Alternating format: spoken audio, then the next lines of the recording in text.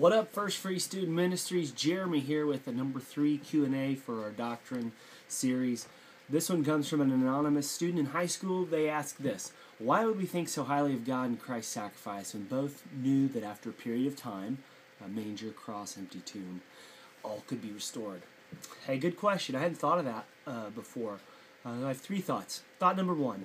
Just because you know that something can work out for your good doesn't make it any less difficult. Think about people who set New Year's resolutions. Those things are easy to set. It's like, oh, just follow the plan, lose weight, save some money, get a budget, meet your goals. But that doesn't make it simple. Now you actually have to do it. So knowing something doesn't just alleviate the problem.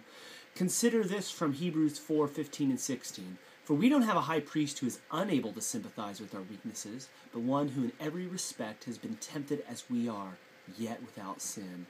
So Jesus Christ added a man to his godness. He came to earth, was born, and he faced every temptation that you face, but he was able to do it perfectly. God might have known that this is gonna work, but that doesn't make it simple. It's still quite difficult. Impossible for us to really understand how hard that must have been. That's thought 1. Thought 2. Sacrificing for someone you love is incredible. John 15. This is my commandment, you love one another as I've loved you. Greater love has no one than this, that someone lay down his life for his friends. That's awesome when you lay your life down for your friends. Fantastic. But that's not what Christ did only. He not only laid his life down for his friends, he laid his life down for you and I. Romans 5. For one will scarcely die for a righteous person, though perhaps for a good person one would dare even to die. But God shows his love for us in this: while we were still sinners, Christ died for us.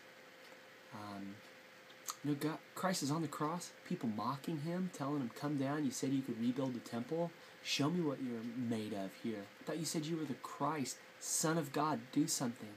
And Christ restrained himself. Gosh, I can barely restrain myself when I'm playing basketball and somebody starts trash talking. I can imagine what it was like, what the difficulty is there. A third thing, God knew, Jesus knew this thing was gonna end well for them. But perhaps the most difficult part of it all is that we read in Isaiah 53, God crushed Christ. Or as one of my friends says, God put his foot on Christ's throat. And this is what some have called cosmic child abuse. I can't imagine what it'd be like to be God and to do that to your son. I can't imagine hurting Quincy and Claire in that kind of a way. And yet that's what we read that God did. So, he knew it could be restored. But Christ's sacrifice is ultimate because he did it. He didn't just talk the talk, he actually walked the walk. And all these difficult pieces of Christ's sacrifice were made right. That leads my heart to humbly say thank you, Jesus, for what you've done for us. Hey, I hope that helps. I hope that answers your question. Don't hesitate to text me more. 785-317-4891. Hope to see you Sunday. I love you. Bye.